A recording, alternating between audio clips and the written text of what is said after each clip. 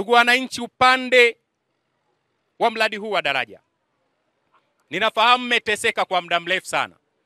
Nilikuwa nimezungumza na injinia walau apate fursa ya kuwaeleza, lakini nimekumbuka kabla ya kufika hapa tumepata maelezo ya mradi pale.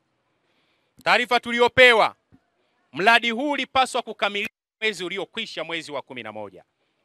Lakini zipo changamoto ambazo tumeelezwa zimepelekea mradi huu kuchelewa kukamilika kwa wakati. Changamoto kubwa kuliko zote zilikuwa mbili.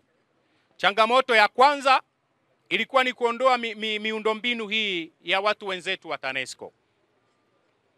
Ilikwisha kufanyika na imekamilika.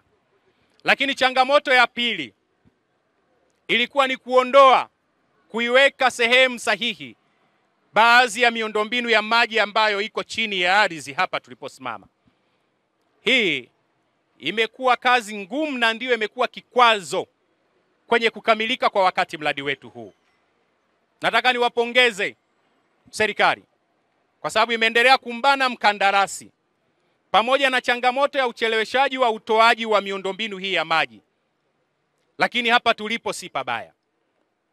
Ombi langu kwa mkandarasi na injinia msimamizi wa mradi huu, wananchi hao wameteseka sana. Wananchi hao kwa muda mrefu wamehangaika sana. Na kwa bahati mbaya sana jiji letu la Mwanza lina malango makuu mawili peke yake ya kuingia ndani ya mji. Lango la kwanza ni hiyo njia ya kutoka Msoma kuja Mabatini, kuja mpaka mjini. Lakini lango la pili ni hii njia ya kutoka mjini kupita hapa Mkuyuni kwenda kule Buhongwa.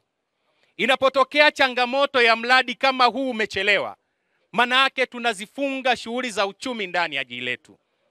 Lakini juzi imetokea changamoto ya mafuriko maeneo haya. Wananchi mnafahamu adha mlioipitia. Inakulazimu zaidi ya masaa 5 mpaka 6. Umeshindwa kuvuka ng'ambo ya pili kuingia ndani ya jiji letu la Mwanza. Nitumie fursa hii kukuomba sana mkandarasi na msimamizi wetu ambaye unatoka TANROADS.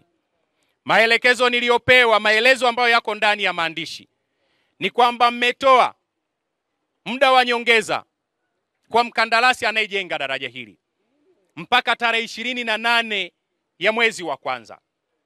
Lakini ukijaribu kufuatilia, nje na changamoto za uhamishaji wa miundombinu ya maji na barabara, tukubaliane, kulikuwa na uzembe mkubwa sana upande wa mkandarasi. Kulikuwa na ucheleweshaji mkubwa sana upande wa mkandarasi.